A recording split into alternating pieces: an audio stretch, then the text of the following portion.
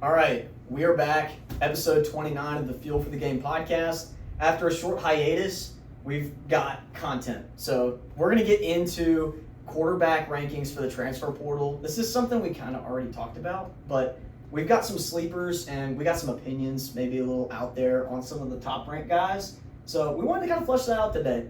Go through the rankings, talk about some guys that we really like, talk about some guys that we think are underrated or maybe a little bit overrated. So we're going to go through probably the top 20 guys, say a couple words, some of them probably in more detail, and then we'll get down to our sleepers, which is where I think we'll probably spend the most of our time. So we're happy to be back. It's been a little bit. It's been since the Super Bowl since we've recorded, and I think it's, March 15th today? Yeah, it's been a minute since we recorded. We kind of segmented up the last video, and we threw it out there in pieces, and that one was fun. I enjoyed getting to rank all the places we went because, we had such a great time. I wanted to kind of look back on everything and reminisce a little bit, and then ranking it was fun too. So I talked to one of my buddies about that biscuit place we ate at in Hattiesburg. Mm-hmm.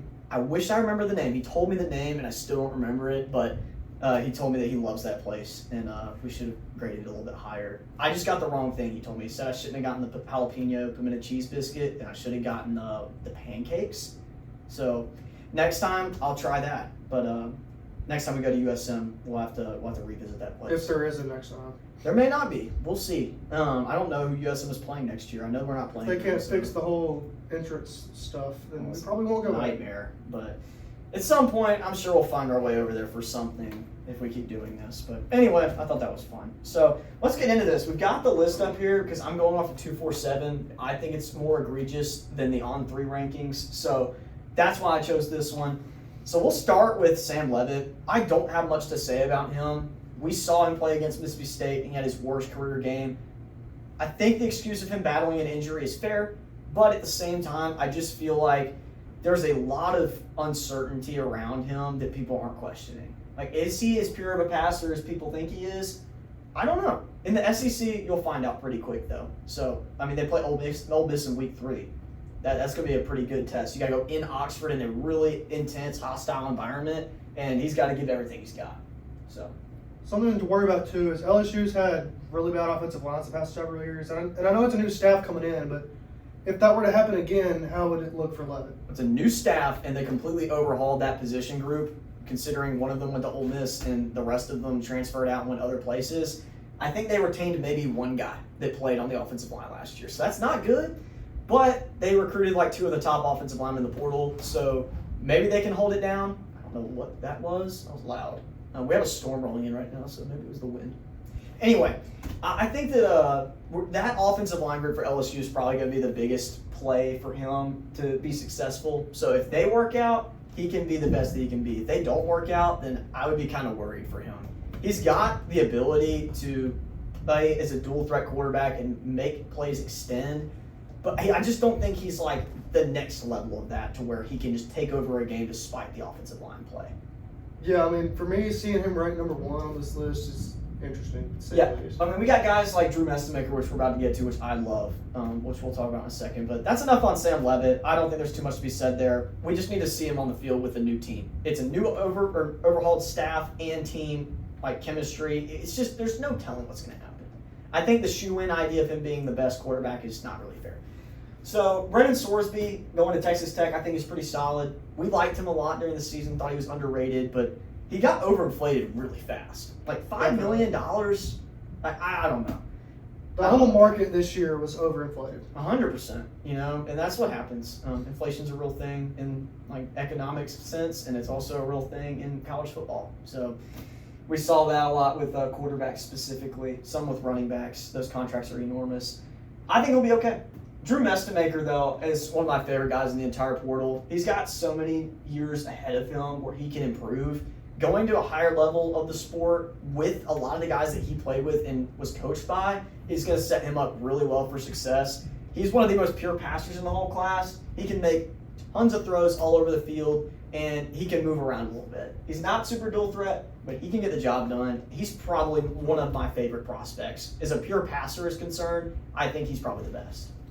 He might throw 13 interceptions this year, but this is a dude that could get to 40 passing touchdowns as well. I 100% agree. I mean, considering Eric Morris is the coach there now, and they were looking the way they did last year, they're in the Big 12 now. It's no holds bar on what they get to do on offense. Like, they have full reins to probably be one of the best offenses in the entire country in yards per game and points per game. I think they'll be a lot of fun to watch.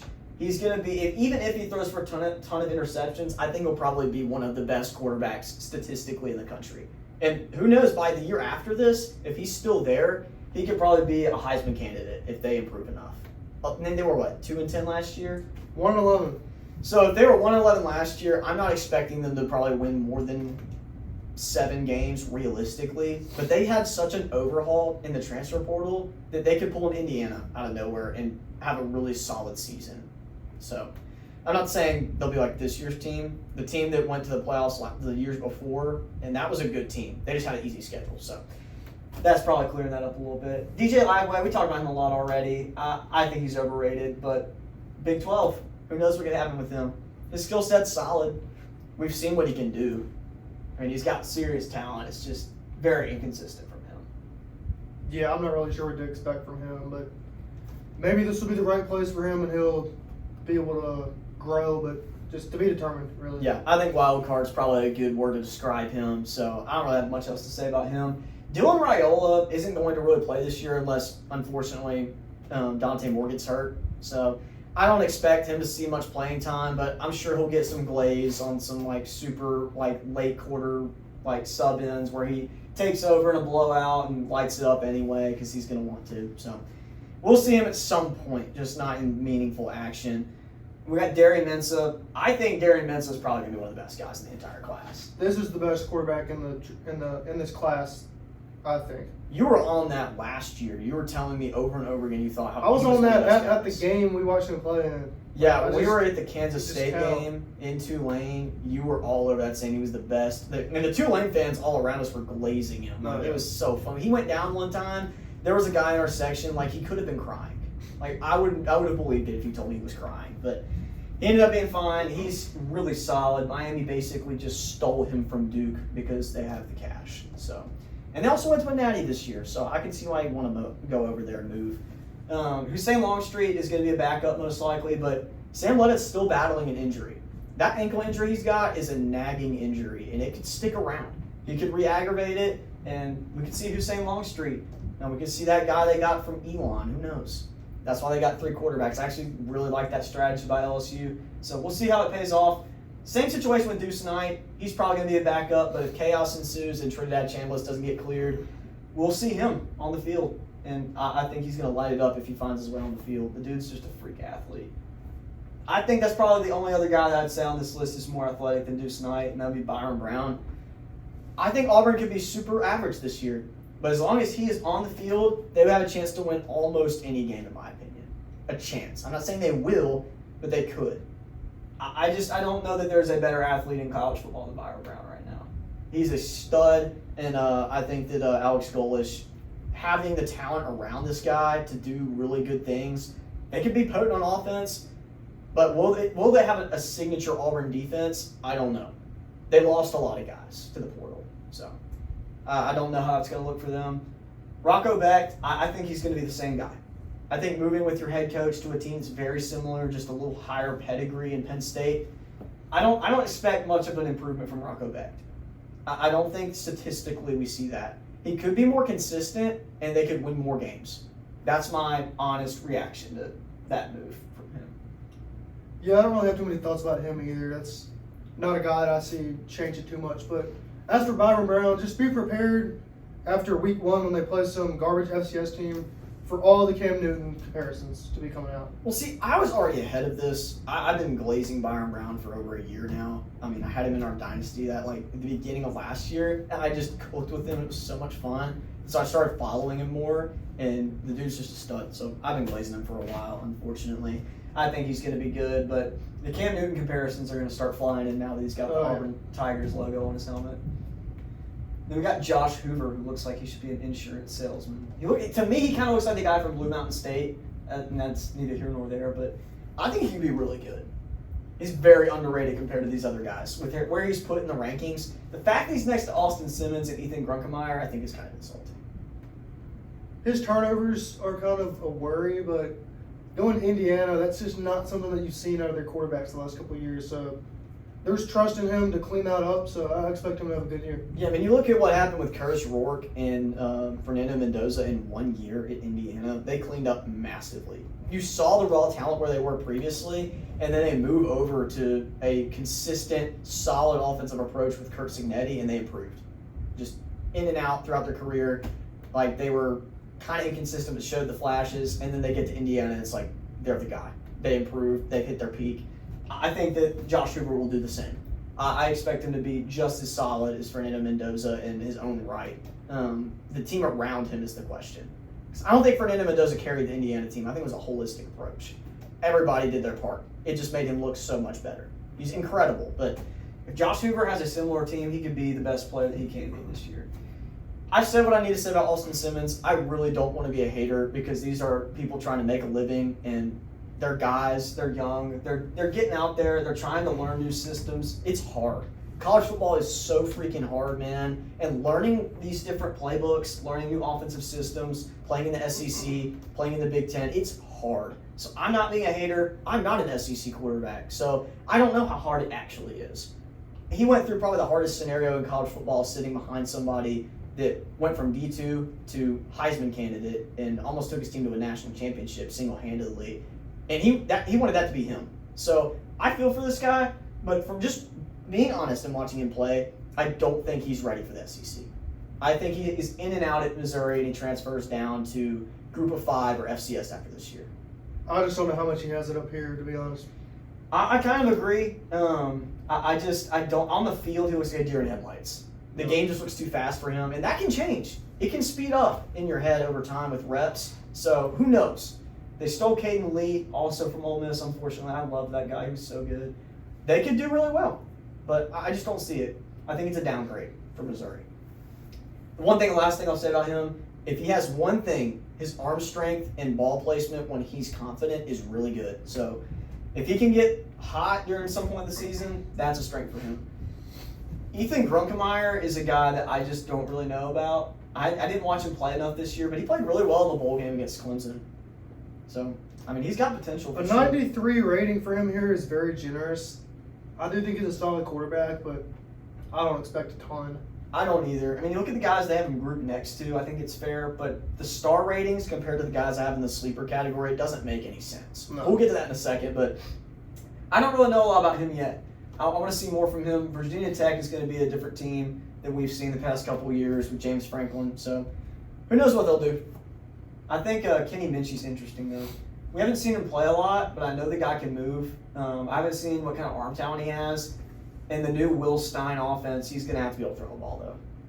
I think we see a new Kentucky team. It's not going to be traditional. I think they move the ball trying to throw it more. So who knows what happens with them this year.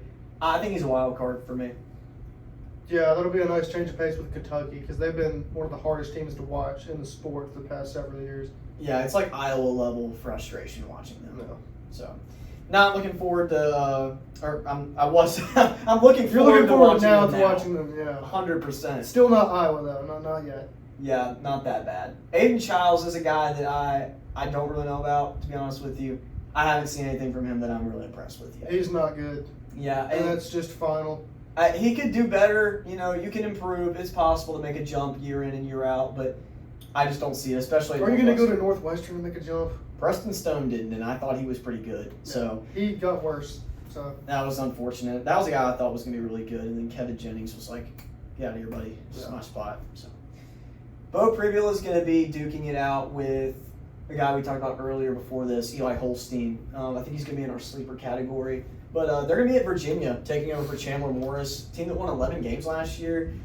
I don't know what's going to happen, who's going to win that battle, but I like Bo Preville. I think just having the dual threat ability, and I think he's got a solid arm. He's got some decent arm talent. He's just got to be safe with the football. Early this year, he looked good in Missouri. They just didn't play anybody. I think that's part of the issue. Well, that's also a good thing for this upcoming season because Virginia's not going to play many good teams. No, their schedule the last ACC. year was so bad. And I think he's a pretty good fit for the kind of offense they run, so I expect him to have success.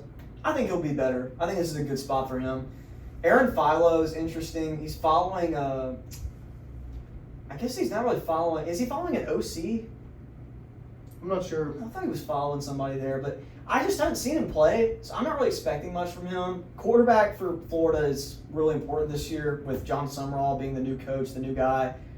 They need Tramel Jones to lock in and take the job, in my opinion. I think he's got the most talent, and I think they want to be serious and win meaningful games. They need a guy with like serious talent and pedigree to step up. I know Tramel Jones is young, but I think they need him to be good.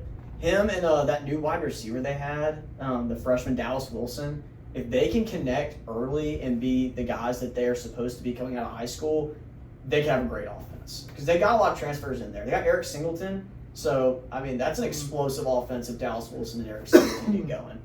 And they're going to have Jaden Ball. So if quarterback pans out, I think Florida's offense is going to be legit. Lincoln Kienholz will be interesting to me. I don't really know a lot about him because he hasn't played a lot, but he was really highly rated coming out of high school. He got stuck behind some of the best quarterbacks that college football has seen recently from Ohio State. So we don't know what he's going to do. Louisville's been a good landing spot for quarterbacks recently. Miller Moss didn't have a great year last year like the guys before him did, but we saw what happened with Tyler Shuck. I mean, that was a revival for his career. Now he's in the NFL and he's kicking butt for the Saints. So who knows? That could be a spring pad for him. I've always kind of liked him from the limited times I've seen him play. Cutter Boley's interesting to me for sure. Arizona State needs a guy who can be mobile. We've seen what Sam Levitt's done in the past couple of years. I think they're going to miss him a lot, but he showed a lot of flashes at Kentucky that he could be good. He seemed to struggle with turnovers a little bit. That's just given you're a freshman. You're in Kentucky's offense trying to air the ball out. I still like him a lot, but that's just one thing to clean up. 100%. Yeah. I mean, you got to clean up turnovers when you're young in college football as a quarterback. But, I mean, you're in the Big 12 now. You've got a super explosive offense at your hands. You've got an awesome head coach that wants to push the ball down the field. I think he's going to be fighting it out with Mikey Keene at Arizona State for the starting job. I think he wins it. Yeah. I think he's got the size, speed advantage on him. Not experience, but I think he's got everything else that he needs to probably win that job if he locks in. So I like him a lot. He should be interesting to watch. And then Caden Hauser, this was somebody I thought was actually going to go to Ole Miss. When we didn't know we were going to get Deuce Knight, I thought that he was going to follow our OC to come and play for us. I think he has potential to be better than Luke Altmaier was. I don't know what that's going to look like, but he definitely fits the offensive profile for Illinois. So we'll see what they can do there. It's a little more play action at Illinois. So if he's good play action, I think he'll translate really well. They're going to throw the ball a lot more. They got this guy in there now. So I like him. I'll make sure we covered all the guys I wanted to cover that are in the top part of the rankings. I really hope this win is not picking up on the mic because it is just howling and shaking the whole roof of this place. I think we've got like 40-mile-an-hour gusts coming in right now. Like it's been super strong. That's what it sounds like. Okay, I have a couple other guys. So I wanted to talk about Colton Joseph. Let me from see if you're just a Wisconsin. little further. Yep, there's Colton Joseph. So I didn't know where he was going to go. Him going to Wisconsin was strange to me, but they're trying to, pick up a team that's fallen down pretty hard recently. Like, they just haven't been able to get anything going on offense the past couple of years. This is like the last string for Luke Fickell. If he doesn't make something happen this year, he's gone. Whether he's the one who chooses to leave or Wisconsin, kicks him out of there. This is somebody you can build around. He's a stud. He looks like that guy. I can't say the guy's name on here. It's a little out there, but it's that state trooper who played football that everybody always clips out. Crazy dude. He's huge. Looks like a total Chad. He looks like that guy, but he runs over everybody. He's super fast. Dual threat guy. I think he could be somebody who can build an offense around at Wisconsin that can do the play action. He can run the ball, get the hard yards, and hand off the ball. Still make big plays throwing the ball, though. So I like that move. I don't know if Wisconsin's the greatest place to be for a quarterback, but he's really good. So I think that's a sleeper pickup for sure. They got Jaden Craig on here. I've never watched him play, but I've heard a lot of buzz that he's one of the best FCS quarterbacks that has come out of this class to move up. So TCU may have a steal in there. I haven't watched him play, so I don't have a lot to say about him. Anthony Calandra has been getting a lot of buzz from Nebraska's coaches. They really like him a lot. I think Dana Holgerson's the OC there. He said it's the most mobile quarterback he's ever coached. So if that's the case, their offense is going to look a little different. And they just had Dylan Raiola, who was probably one of the top quarterback recruits in recent memory coming out of high school. So for him to say that, I think he's pretty confident in what they've got. So I think he's one to watch. But it's Nebraska. They're probably just going to sell. They'll find some way to screw it up. 100%. Always do. They always do. Rest in peace, Parker Navarro. It says he's going pro. I don't know what that means. I did not see him at the combine. So I liked Parker Navarro. He was a stud at Ohio. They had some pretty cool upset games this year. They were fun to watch. They had a solid first quarter against Ohio State. He played pretty well. Yeah. We got Luke Kromenhoek. I think he's a career backup, unfortunately. He's following a fellow previous Mississippi State quarterback to USF and Michael Van Buren, who's going to be on the sleeper list here shortly. The fact that he's ranked ahead of him makes no sense. Yeah, really, really weird there. He's not going to win the battle. I don't get that. That doesn't make any sense to me. I think the last guy I wanted to talk about was A.J. Hill before we get into sleepers. It was A.J. Hill and Ashton Daniels. A.J. Hill is going to be duking it out with one of our sleepers in Aaron Noland. That'll be a really cool quarterback battle. Coming from Arkansas and South Carolina, respectively, getting a chance to start at a Group of 5 team that's really known for explosive offenses and really good quarterbacks. So, interested to see how that goes. Ashton Daniels was the last guy I want to talk about that wasn't on our sleeper list. I think he's got potential to be good, but I just don't know what Florida State's going to do this year. So, I think like most people, we're expecting Florida State to kind of probably not be that great and Mike Norvell to make his exit, but he could salvage his career there, and Ashton Daniels could be the guy. But Gus Malzahn retired out of nowhere. That was really strange. I did not see that coming. So, we'll see what happens with Florida State, but I like Ashton Daniels. I think he can be good. Sorry, I was looking up if USF and Memphis played in football this year. I think that's going to be the two best G5 teams, probably. Dude, that game was already fun this year. I bet it'll be a lot of fun this coming year. I think that'll be for the playoffs, but I was just thinking about that because we were talking about some of their quarterbacks. Yeah, that'll be a neat matchup. See who shakes out there. I'm going to miss Byron Brown not being in that game, but I bet it'll be great. So here's our sleeper list. I kind of did this one, but I know Landon agrees with me on most of these, if not all of these. So we're going to start at the top. Alberto Mendoza, Fernando Mendoza's brother, went to Georgia Tech. I love this move. I think he had like 5 rushing touchdowns or something this year as a backup. He actually saw a decent amount of playing time because Fernando Mendoza was out by the third quarter in like 5 or 6 games this year. So I've seen him play enough. I think he's got some similar qualities to Fernando. If not, he's probably more physical. So who knows what he could do in a Georgia Tech offense. It needs a guy like that. You're losing Haynes King, one of the best quarterbacks in all college football. I'm going to miss Haynes King. He was literally the best. It's really sad. He's been in college football for like 7 years, so I feel like I've literally just only watched college football with Haynes King in it. So, gonna miss that guy. But I love Alberto Mendoza. I think he's gonna be great. This is one of my favorites. Amari Odom is going to Syracuse.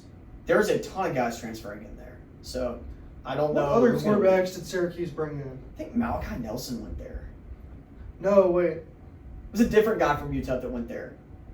I was thinking about the guy that State got. State got Jaden Rashada for some reason. Oh, I didn't put him on here. Don't worry. Yeah. I did not put him Not on the sleeper here. for sure. Neither is Malachi Nelson.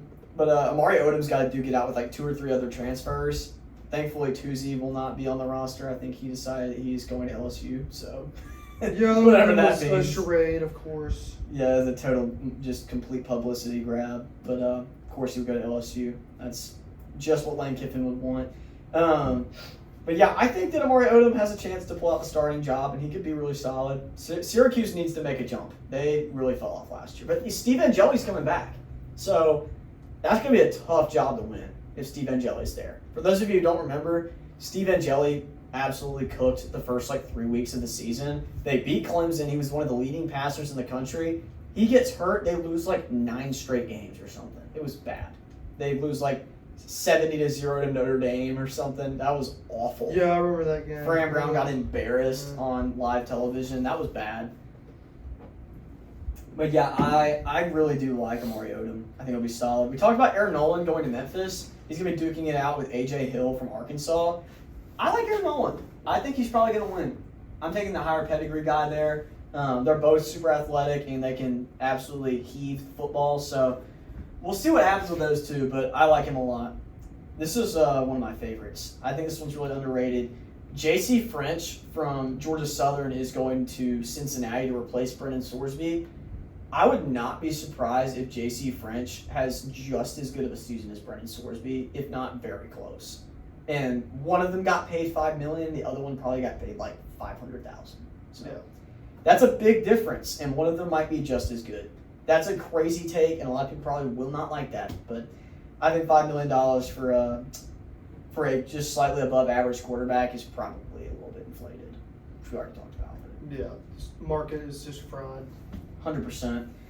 This is absolutely far and above one of the most overlooked guys in the whole class. Alonzo Barnett going to UCF from James Madison, a playoff contending team that put up like 35 in Eugene at night.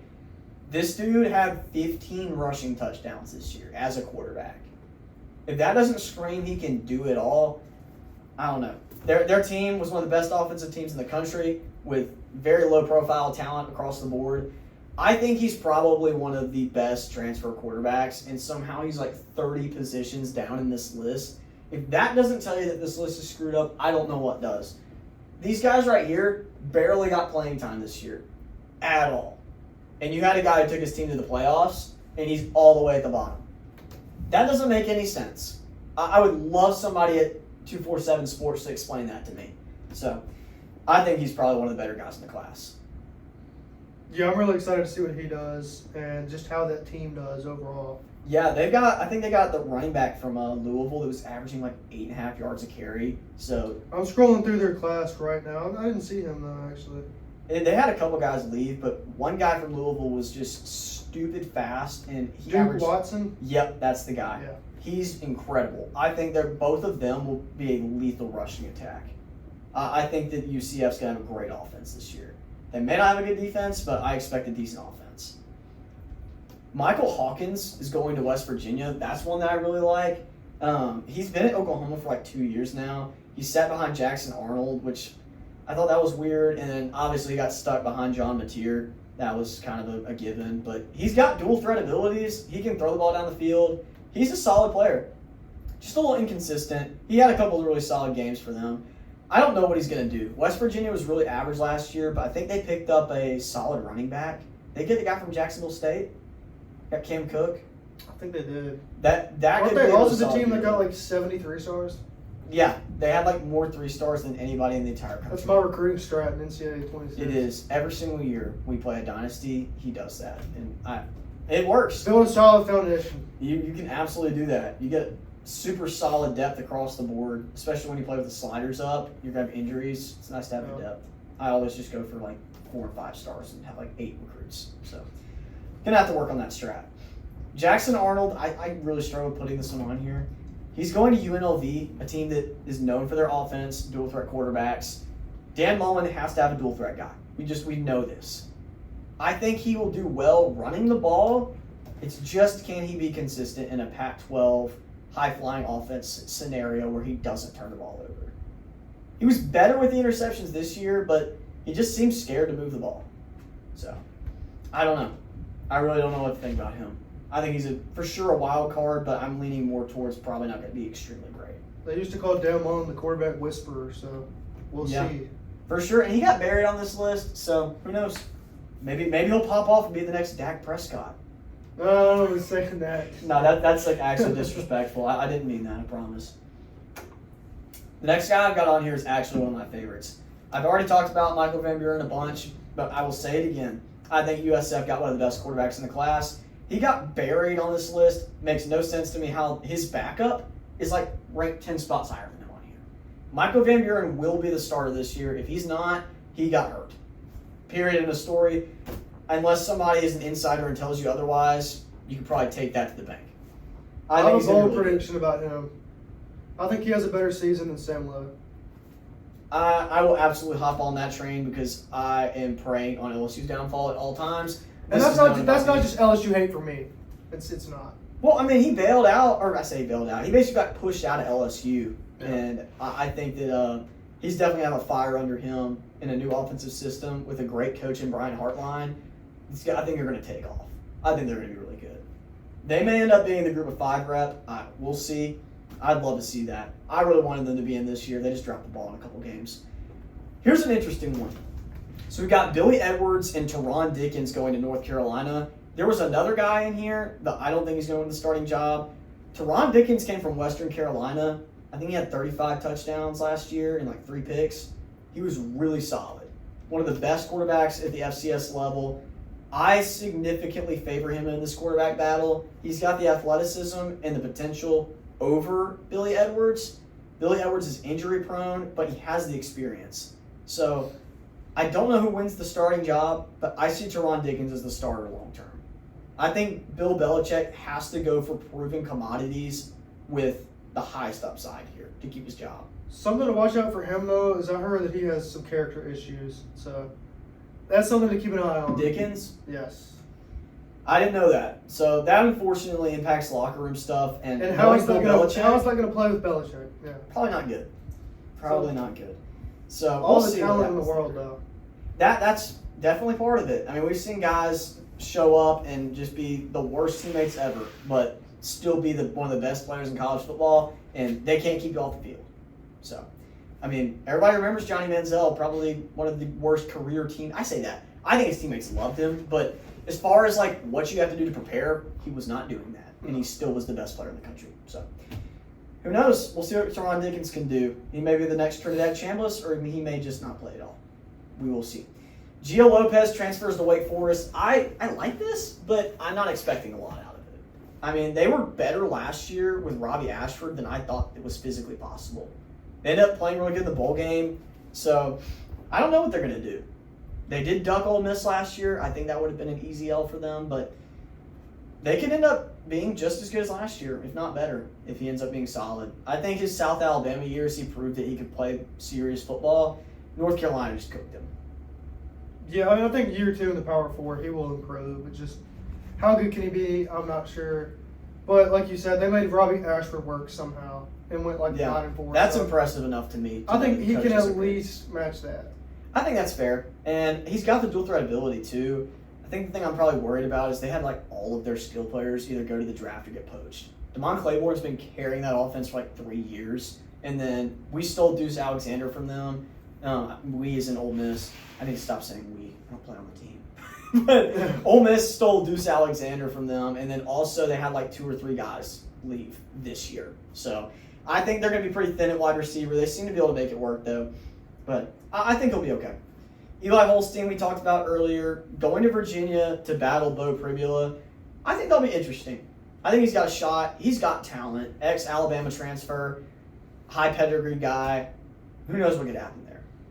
If Bo Pribula wins the job and he gets hurt, they've got a really solid backup. Yeah, he really disappointed me this year. Wasn't it the end of 2 years ago he came in and played and looked really good? He looked really solid recently. Like, it's been in the past year and a half, but he dropped that West Virginia game and then got hurt shortly after. And then Mason Heischel came in and just tore it up. So he wasn't seeing the field again, unfortunately. This one's interesting, though. Walker Eggett from San Jose State goes to Duke to replace Darian Mensah. He made Danny Scudero and Nick Nash like household names in college football. So I think that's got to mean something. You've got the guy dealing to both of those studs. Danny Scudero is actually going to be at Colorado this year. I wish he had followed Eggett to Duke. I think that would have been a solid pairing. But he could pop off at Colorado. We'll see. I think he's probably a Bolendikov candidate if they have good quarterback play. But back to Walker, I think he's probably going to have decent success. He's had a lot of experience at San Jose State. Moving up to a higher level of football is always hard, but I expect some solid play from him.